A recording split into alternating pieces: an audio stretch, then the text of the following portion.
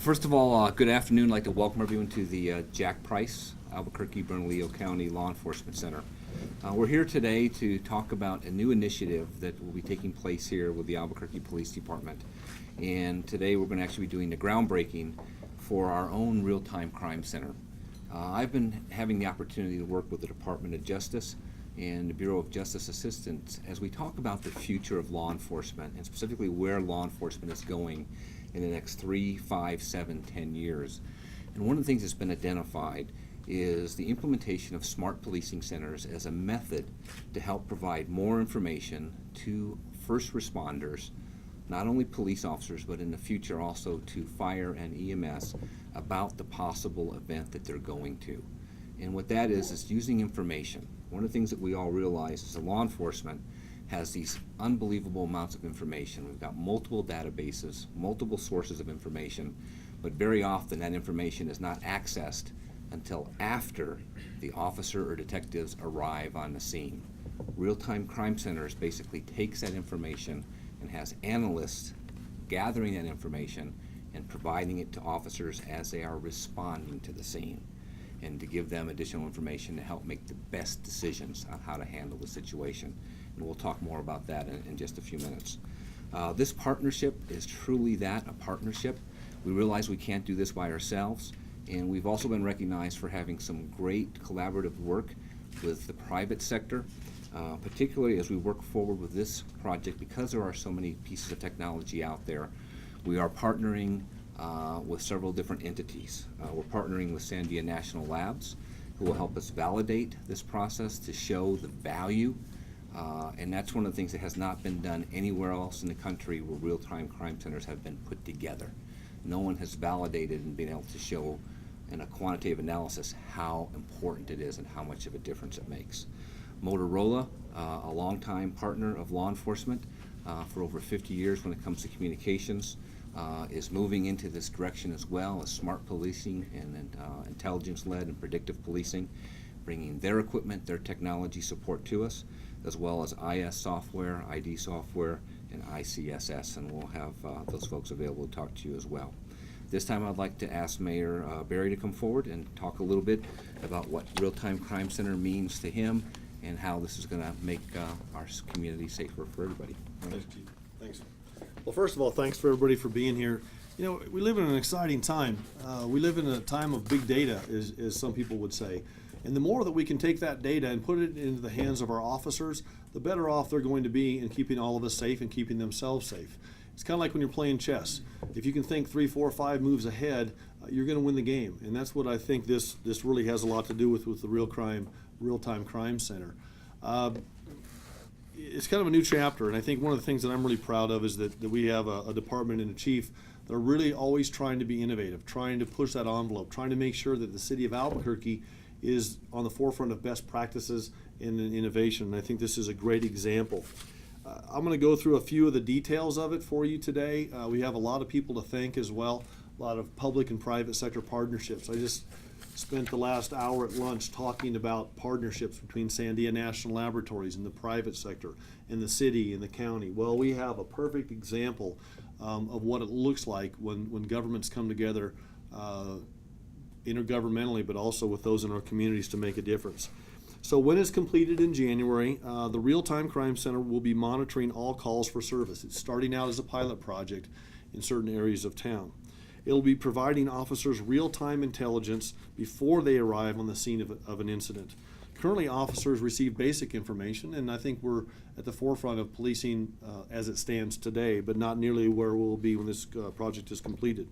When the call is dispatched, the RTCC will be checking the names and addresses through dozens of APD and national databases to give officers all of the information they need before they arrive on a high-risk call. We've had a lot of incidents over the last number of years where if we had more information before the officer got to the scene, things would have been different. The RTCC is going to change the way Albuquerque does business. Officers will have the information that they need that may threaten their lives or the lives of the citizens or others. This center is one of several other initiatives that myself and Chief Schultz have launched in an attempt to reduce the number of deadly force encounters. I think it will positively affect that as well. In addition to providing real-time intelligence, the center will be the hub for the APD TV system. Television monitors have been placed in all of APD's briefing rooms. The monitors provide officers with real-time information on who has been released from jail, who is wanted out in our community, where a crime has occurred in the last 24 hours, and where APD's crime analysts expect crime to occur. I know that you have all reported on incidences where APD will put a bait car out and it'll be stolen within moments. Well, we have better data and we're starting to use it.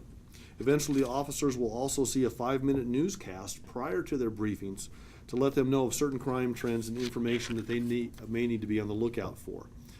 In June, APD started developing the plans to create the center that will be on this floor of the police department. A temporary center was opened earlier last month in a small room just to the left of me. It looks like the Bat Cave in there. Since then, a detective has been monitoring calls for services in the Southeast Area Command during the day shift hours and has been providing real-time intelligence to officers. When fully functional, the center will have 8 workstations equipped with radios and computer-aided dispatch, a supervisor's area, 16 television monitors that will be turned into video feeds on calls, and a television studio and workspace for intelligence officers and analysts to work in. The renovations are planned at around $265,000, which is being paid for out of the voter-approved bond money designated for APD facility improvements. So thanks again to the taxpayers for being willing to invest in our police department. When the center opens in January, it will be a pilot project for the first 3 months, and then we will expand after that. We have a lot of people to thank, and a lot of those folks are here today with us.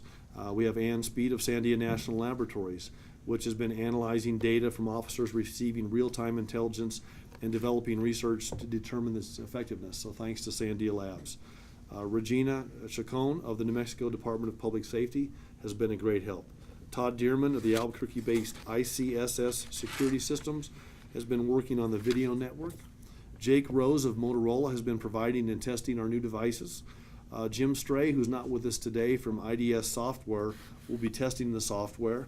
And Pete Fagan of the Federal Bureau of Investigation Criminal Justice Information Services Division will be providing software to link the Interstate Photo System facial recognition pilot. It's a lot of words. Yeah. Several other cities have real-time crime centers, and you see some stories around the country about how cities are trying to push themselves forward with this kind of technology. But I think that the city of Albuquerque is really taking it to the next level. Thanks to the partnerships, our officers will be arriving with more information than they've ever had before.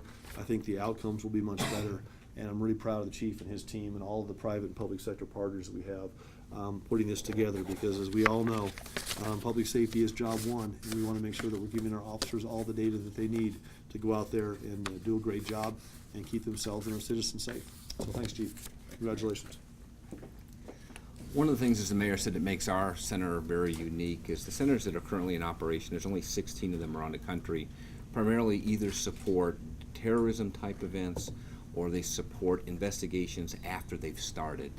No one else is, as the mayor said, doing this pre-event arrival, and that's what really makes this system in our center really unique, as well as taking new emerging technologies and some of those partnerships with the private side, taking videos that may have of unknown offenders, matching that with the state database that's part of the driver's licenses and the facial recognition to be able to identify who those unknown offenders are and get that information in the hands of officers quicker will result in more crime being solved. One of our partners is the state of New Mexico.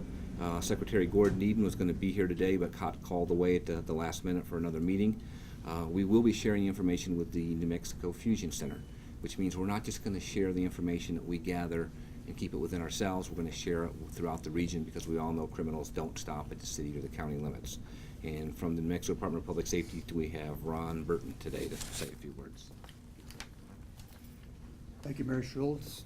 Chief Mayor Barry, Mayor Schultz. I think he's in jail, so. I want to thank you for the opportunity to participate in this grand opener, or kickoff for this event.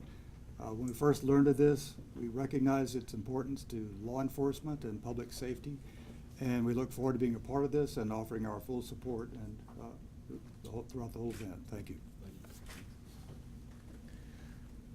The center is going to be up here on the third floor of the main.